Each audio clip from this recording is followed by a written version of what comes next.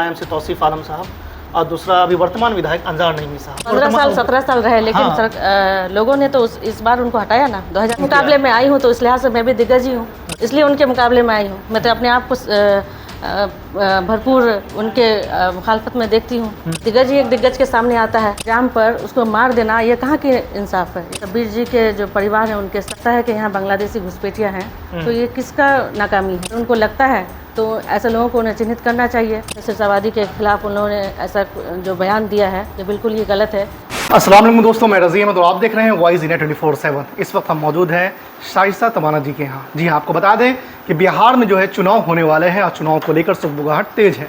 आपको बता दें कि बिहार के बहादुरगंज विधानसभा से जो है शाइस्ता तमन्ना जी उम्मीदवार हो सकती हैं और चुनाव भी लड़ेंगी। क्या मुद्दे हैं, किन बातों को लेकर वो जनता के बीच जा रहे हैं और क्या चीज़ें हो रही है, तमाम चीज़ को जो है आपको इस एक्सक्लूसिव इंटरव्यू में सुनने को मिलेगा, तो आप अंत तक बने रहें। सबसे पहले आपका बहुत बहुत स्वागत है हमारे चैनल पर। आपका भी बहुत बहुत शुक्रिया कि आप यहाँ आए। जी अभी जो है सबसे पहले स्टार्ट करते हैं हम लोग। 6 अगस्त के दिन जो है टेरागाछ जो सड़क है, सड़क को लेकर वहाँ के युवा जो है एक आक्रोश और एक जो है विरोध प्रदर्शन कर रहे हैं। उस रोड का जो अभी हाल है वो काफ़ी जर्जर और खस्ता हाल है। बहादुरगंज से लेकर टेरागाछ का जो मुख्य रोड है वो, और अभी ये हाल है उस रोड का कि बड़े बड़े गड्ढे बन चुके हैं और बारिश के कारण तमाम गड्ढे जो है पानी से भर चुके हैं और जैसे तालाब के मानंद हो गए हैं। तो ऐसे में लोगों का आवाजाही में आने जाने में काफ़ी दिक्कत और परेशानियों का सामना करना पड़ता है। कई हादसा वहाँ पे हो चुके हैं, तो इस चीज़ को लेकर लोगों में काफ़ी आक्रोश है। और क्योंकि टेरागाछ जो है बहादुरगंज से अलग नहीं है, बहादुरगंज का हिस्सा है और आसपास जो अररिया है, पलासी, सिकटी है और आपका लौचा हो गया, इधर बहादुरगंज, कोचादामन, किशनगंज, हर तरह के लोगों का आना जाना है, ताजिरों का आना जाना है, जिसकी वजह से बहुत ही परेशानियाँ हो रही है। और रोड के लिए हम लोगों ने प्रशासन से लेकर नेताओं तक हर जगह गुहार लगाई, लेकिन हर जगह से मायूसी ही मिली है। तो अब वहाँ के क्रांतिकारी युवाओं ने और हम सब ने, जनप्रतिनिधियों ने मिलकर एक रैली का मतलब आयोजन करने जा रहे हैं, जो जन आक्रोश रैली के नाम से नाम रखा गया है उसका। 6 अगस्त बरोज बुधवार 10 बजे दिन टेरागाछ से निकल के कॉलेज चौक तक आना है और वहाँ पे अपनी बातों को लोग रखेंगे, तमाम अवाम वहाँ पे रखेंगे। तो आखिर ऐसा क्यों है शाइस्ता जी कि एक तो किशनगंज पिछड़ा इलाका मानते ही लोग और उसमें से भी सबसे ज़्यादा पिछड़ा टेरागाछ। जी और टेरागाछ में जो है मूलभूत सुविधा सड़क जी और वो भी ख़राब, और बरसात का मौसम, पानी भर जाना, गड्ढा भर जाना, जिससे कि बच्चों को स्कूल जाने में परेशानी, पेशेंट को हॉस्पिटल जाने में परेशानी और कई तरह की परेशानियों का सामना करना पड़ता है। तो आखिर ऐसा क्यों, और क्यों ऐसा लगता है आपको कि उन लोगों के साथ सौतेला व्यवहार किया गया अब तक? जी ज़रूर, उन लोगों का ये आक्रोश, ये गुस्सा जायज़ है कि सौतेला व्यवहार उनके साथ हुआ है।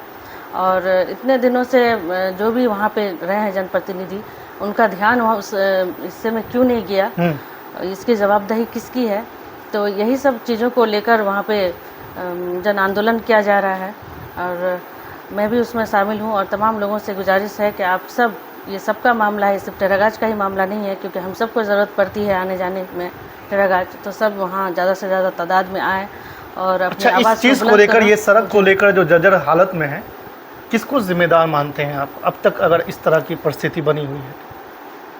देखिए, जिम्मेदार सभी हैं, क्योंकि हम लोग हर जगह गए, हर जगह का दरवाज़ा खटखटाया, डीएम तक गए हम लोग, नेताओं के पास, तो नेता तो डेली आना जाना करते ही हैं। कमी किसकी है? सब लोगों की कमी है। टेरागाछ पर उस तरह से ध्यान नहीं दिया जा रहा है जैसा देना चाहिए। और कुछ जोग्राफियाई मसले भी हैं वहाँ पे, नदियों का बहुत ज़्यादा है, वहाँ नदियाँ काफ़ी हैं, तो इसके कारण भी शायद वहाँ पे जो है मसले ज़्यादा रहते हैं। लेकिन उसके बावजूद भी 2025 तक ये रोड मुकम्मल हो जाना चाहिए था, क्योंकि अभी जो एआई और ग्रॉक का ज़माना है, दुनिया इतनी आगे जा चुकी है।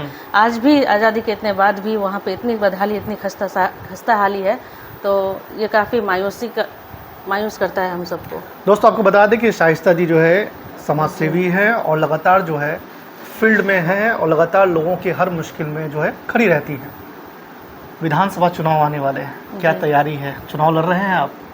इंशाल्लाह, मैं तो कह रही हूँ कि मैं चुनाव लड़ूंगी और इसी कारण से मैं हर जगह जा भी रही हूँ, लोगों से मिल भी रही हूँ और मेरी तैयारी चल रही है। इसमें 2 चीज़ें हैं जी। एक चीज़ ये कि समाज में और एज ए विधायक के तौर पर या चुनाव लड़ने के तौर पर, एज ए समाज सेवी, एज ए नेत्री, क्या लगता है कि महिलाओं को उस तरह से जगह नहीं दिया गया मेन स्ट्रीम में, या फिर दबाया गया? दूसरा चीज़ ये है कि क्या वैसे मुद्दे हैं जो आपने देखा अब तक कि मैं अगर आऊँगी तो इन चीज़ों पे जो है मसले का हल करने की कोशिश करूँगी? जैसे मैं तो पहले ऐसे ही घूम रही थी अपने विधानसभा में, और मेरा घर ही है वहाँ पे, तो मैं देख रही हूँ कि किस हद तक हम लोग पिछड़े हुए हैं और काफ़ी परेशानियाँ हैं हमारे इलाके में, काफ़ी जर्जर हालत है, और मैं चाहती हूँ कि उसमें सुधार हो। सबसे पहले तो मैं चाहती हूँ कि बहादुरगंज जो है उसको एक सब डिवीज़न का खिताब मिले, अनुमंडल हो वो, और सुरजापुरी को आरक्षण मिले, क्योंकि सुरजापुरी मुसलमान जो है जो गांव में रह चुके हैं काफ़ी बदहाल है, बहुत परेशानियों का सामना करना पड़ता है। हमारे यहाँ हाई स्कूल की कमी है, स्कूल तो कम है ही, हाई स्कूल की कमी है, और जो सरकारी योजनाएं हैं वो लोगों तक सही ढंग से पहुंच नहीं पा रही है। एक तो पानी में आयरन भी बहुत ज़्यादा है, पानी की भी सुविधा वहाँ नहीं है। नल जल योजना आया लेकिन वो योजना सफल नहीं रहा, तो इन चीज़ों पर मैं काम करना चाहूँगी। बहादुरगंज की जब आप हिस्ट्री देखते हैं खास के विधायकों में, तो अभी तक कोई भी महिला जीत के नहीं गई है। क्या आपको उम्मीद है लोग एक्सेप्ट कर रहे हैं आपको? देखिए, महिलाएं जीत के नहीं गई, सबसे पहले तो महिला कोई आई नहीं है अब तक, हमको लगता है वहाँ से कोई एक महिला आई भी थी तो वो शायद उस हद तक नहीं उनको मौका मिला। क्या कारण है ऐसा कि नहीं आती महिला? देखिए, मेरा मानना है कि पॉलिटिक्स में जो है हमारे यहाँ महिला मतलब काफ़ी गलत नज़र से देखा जाता है। अच्छा। और महिलाओं को उसमें आना ये भी एक गलत नज़र से ही शायद लोग देखते थे अब तक, लेकिन ऐसी बात नहीं है। महिलाएं भी पॉलिटिक्स करती हैं, आप देख रहे हैं हर जगह महिलाएं आगे बढ़ रही हैं। आज हमारी पड़ोसी रियासत में आप देख रही हैं ममता बनर्जी जो है आज पूरे मुख्यमंत्री हैं, तो महिलाएं आगे बढ़ सकती है, कर सकती है, और मुझे लगता है कि महिलाएं जो है ज़्यादा अच्छा पॉलिटिक्स कर सकती हैं, क्योंकि जब एक महिला को कम से कम रुपये में भी एक घर को अच्छे से वो चला लेती हैं तो उसके अंदर वो खासियत है। और महिलाएं आज तक इन सब चीज़ों को, पॉलिटिक्स को अहमियत नहीं देती थी, वो सोचती थी कि पुरुष ही करे, इसलिए हमारा ध्यान पॉलिटिक्स में नहीं जाता है। लेकिन अब हम अगर ध्यान देना चाहें पॉलिटिक्स में तो बहुत अच्छा ध्यान देंगे और बहुत अच्छा कर सकते हैं।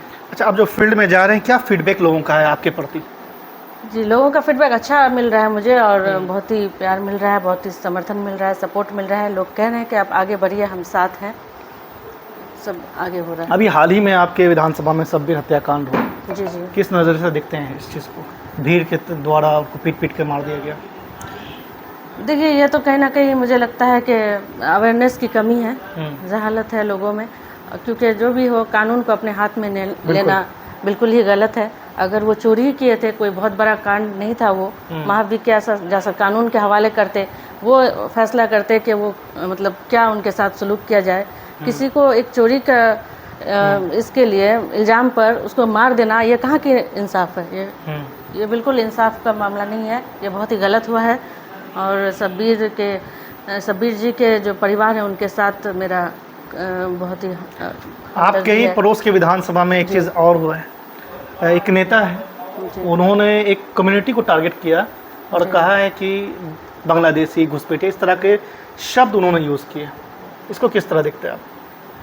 देखिए, अगर उनको लगता है कि यहाँ बांग्लादेशी घुसपैठियाँ हैं तो ये किसका नाकामी है? ये तो सरकार की नाकामी है ना, सरकार तो अभी उनकी है, तो ये उन्हें देखना चाहिए। मुझे तो नहीं लगता यहाँ पे कोई बांग्लादेशी घुसपैठियाँ हैं। अगर उनको लगता है तो ऐसे लोगों को उन्हें चिन्हित करना चाहिए। और ये देखिए, ये सब कोई बड़ा मुद्दा नहीं है। अभी जो चुनाव का मामला चल रहा है तो ये लोग जो है कुछ आरएसएस के सहारे पर या कुछ अपने बड़े नेताओं के बीजेपी के सहारे पर ये लोग जो है इस तरह का माहौल क्रिएट कर रहे हैं जो फ़िज़ा को गंदा कर रहा है। और ऐसे लोगों पर हमें ज़्यादा फोकस नहीं करना चाहिए, उन्हें इतना फेम में लाने की ज़रूरत नहीं है। और मैं समझ रही हूँ कि ये काफ़ी गलत है, सिरसावादी के खिलाफ उन लोगों ने ऐसा जो बयान दिया है ये बिल्कुल ही गलत है। फिर मैं आपसे पूछना ये चाहेंगे कि आप बहादुरगंज विधानसभा से चुनाव लड़ने की तैयारी कर रहे हैं, चुनाव लड़ेंगे, जाहिर सी बात है, लेकिन आपके सामने एक दो बड़े दिग्गज नेता खड़े रहेंगे, एक है MIM से तौसीफ आलम साहब और दूसरा अभी वर्तमान विधायक अंजार नईमी साहब। कैसे टिक पाएंगे आप, क्या मुकाबला करेंगे? दिग्गज आप किस हैसियत से कहते हैं उनको, पहले मैं ये कहना चाहूँगी। एक इस हैसियत से कह रहे हैं कि वो 15 साल 20 साल लगभग टर्म से वो विधायक रहे। जी, जी। तौसीफ साहब की बात कर ले तो जी, दूसरा 15 साल 17 साल रहे, लेकिन हाँ। लोगों ने तो इस बार उनको हटाया ना, 2020 में उनको हटाया। हाँ, इसलिए और दूसरे टर्म में अंजार नईमी साहब, पहला टर्म है उनका, जी जी, वो जीते तौसीफ आलम को हरा के। पहले एमआईएम से थे, आप राजद में चले गए। जी जी तो इनसे मुकाबला है आपका। जी। अंजार नईमी का कहना है कि हमने बहुत सारा अगर मैं काम मुकाबले में आई हूँ तो इस लिहाज से मैं भी दिग्गज ही हूँ, किया। अच्छा, इसलिए उनके मुकाबले में आई हूँ। मैं तो अपने आप को भरपूर उनके मुखालफत में देखती हूँ। तो एक दिग्गज ही एक दिग्गज के सामने आता है। मैं भी अपने आप को कुछ कमतर नहीं समझ रही हूँ। और एक महिला हूँ, आप अगर इस सेंस से कह रहे हैं कि महिला हूँ तो मैं पीछे हूँ, तो ये गलत है। महिला हूँ और आधी आबादी मेरे साथ है, आधी आबादी महिलाओं की है, और महिलाओं का मुझे फुल सपोर्ट है। चलिए, आपको बहुत बहुत शुभकामनाएं आपके चुनाव के लिए और आपकी तैयारियों के लिए। तो दोस्तों, आप देख रहे थे, हमारे साथ बातचीत कर रही थी शाइस्ता तबाना जी, जो काफ़ी विस्तार से, चाहे पानी में आयरन का मुद्दा हो, महिलाओं का मुद्दा हो, शब्बीर हत्याकांड हो, या फिर जो अभी किसी की तरफ से कहा गया है किसी एक पार्टिकल समाज के बारे में घुसपैठी, उस पर भी अपनी बात जो है बेबाक तरीके से रखें। तमाम गुफ्तगू, तमाम बातचीत, आप क्या सोचते हैं इस बारे में, अपनी राय कमेंट बॉक्स में ज़रूर रखें। देखते रहें वॉइस इंडिया 24/7। जय हिंद, धन्यवाद।